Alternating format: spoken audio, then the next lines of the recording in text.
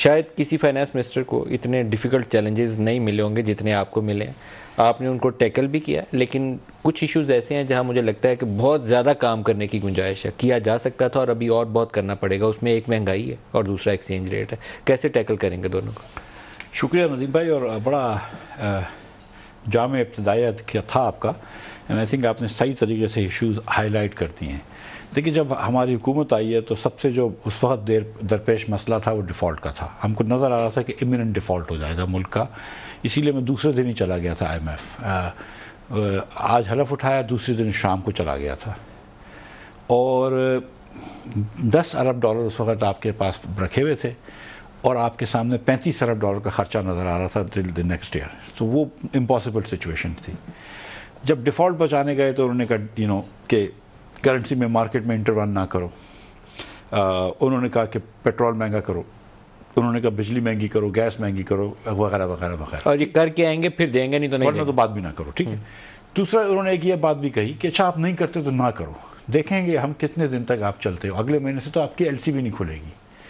اور یہ میں جانتا ہوں اور اللہ جانتا ہے کہ ایک LC کھولنا مشکل ہو جاتی تھی.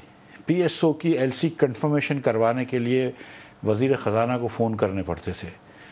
LCیاں کھلوانے کے لیے وزیر دفاع اور وزیر پیٹرولیم پاکستان کے باہر دوسرے ممالک میں گئے ہیں. بہت ہم نے محنت کری ہے اس پہ کہ ہم نے سپلائی چین نہیں ٹوٹنے دی, بجلی اور گیس کی, پیٹرول کی, ڈیزل کی چلنے دی سپلائی. جو اگست کا مہینہ تھا, شاید یہ آپ لوگ اوپر والے چاند ایک جانتے تھے کہ وہ مہینہ کیسے پار کیا گیا.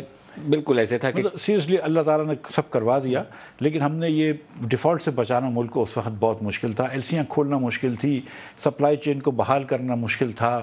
پیٹرولیم یہاں پہ 70 روپے کا نقصان بھی ہو رہا تھا, لیکن پھر بھی سپلائی چین کو بحال کرنا تھا. بہرحال وہ ایک معاملہ طے کیا.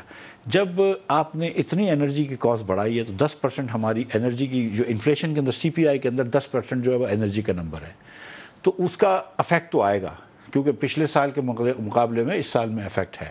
لیکن منتھ ٹو منتھ ہم دیکھ رہے ہیں کہ پہلے اگر مئی سے جون 6% مہنگائی تھی اور جون سے جولائی 4% مہنگائی تھی, تو جولائی سے اگست سے جولائی جو ہے وہ 2% مہنگائی تھی. اللہ کرے گا تو یہ آہستہ آہستہ ٹیپر ہوگا. پہلا ہمارا جو کام تھا وہ ڈیفالٹ سے بچانا تھا, وہ ہم نے کر لیا. دوسرا کام اب انفلیشن کا ہے, اور انفلیشن کے بعد ہم گروتھ کو دیکھ رہے تھے. اب اس درمیان جو ہے وہ فلڈز آ گئے. ٹھیک ہے. اب آپ یہ پوچھ رہے ہیں کہ بھائی اس وقت IMF ہو گیا, پھر ڈالر کیوں نیچے نہیں جا رہا, اور مطلب بالکل جانا چاہیے. 232-33 پہ چلا گیا, مارکیٹ کے اندر اتنی اسپیکولیشن ہے. جی لیکن اب دیکھیں نا, یہ چیز ہوتی ہے سر سپلائی ڈیمانڈ سے. آپ کو یہ بھی پتا ہے کہ بہت ساری ہم نے ڈیمانڈ روکی ہوئی ہے. میں LCیاں نہیں کھولنے دے رہا ہوں, اسٹیٹ بینک نہیں, مطلب بہت امپورٹ بزنس والوں کو اس وقت LCیاں کھولنا مشکل ہو رہی ہے. ہم کب کوٹیز ہم نے سیٹ کرے ہوئے وغیرہ وغیرہ. گاڑیاں منگوانا پاکستان میں ناممکن ہو چکا ہے. نئی گاڑیاں, CKD گاڑیوں کی کمی کر دی ہے, ٹیلی فونس کی کمی کر دی ہے, بہت ساری چیزیں کر دی. کیوں کی ہیں یہ چیزیں؟